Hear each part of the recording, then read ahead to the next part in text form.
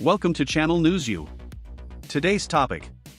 A battalion of Russian conscripts from Voronezh Oblast Russia was destroyed near the village of Makiyivka, Svatove district, Luhansk Oblast by a Ukrainian strike. Hundreds of Russian occupiers were killed. Source: Russian news outlet Verstka, citing the surviving Russian soldier and relatives of the conscripts. Details: one of the survivors, Russian serviceman Aleksey Agafonov, told Verstka about the losses among the conscripts as a result of a Ukrainian attack on the contact line near Makiivka in Luhansk Oblast. According to the soldier, the number of occupiers killed may exceed 500. According to Agafonov, the commander of the battalion of conscripts, who were trained in Military Unit 2079, had promised that the soldiers would be brought to Svatove, where they would join the territorial defense 15 kilometers away from the front line. However, on the night of November 5, the entire battalion was taken to the contact line and ordered to entrench and hold the line of defense. Quote from Agafonov: "We were dumped into the forest and ordered to entrench. We had only 3 shovels for the battalion, and there was no support at all. We entrenched as best we could, and in the morning the Ukrainian attack started. Ukrainian forces used artillery, Grad MLRS, mortars and copters. We were just shot. When it all started, the officers immediately ran away.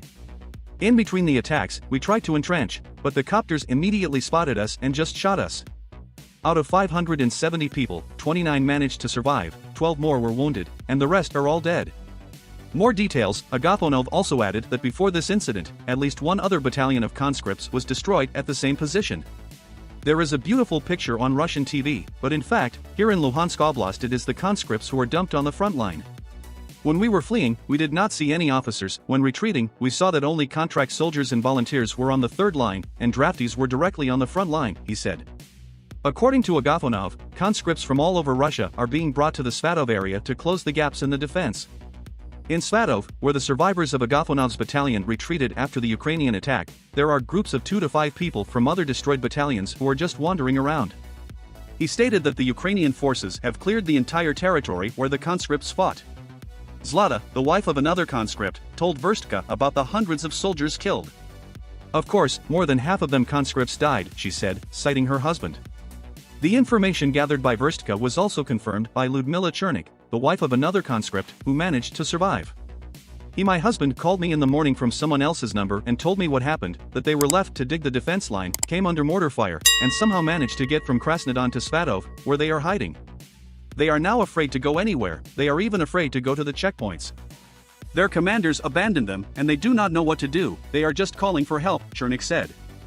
On November 6, the relatives of several conscripts who had come under fire held a protest near the building of the Voronezh prosecutor's office, demanding to be told the truth about the fate of their family members. "The authorities tell us that our sons are safe and sound and are even performing their military duties. How the hell can they be safe and sound when all of them were killed there?" asked Oksana Koladova, mother of the soldier Andrei Koladov.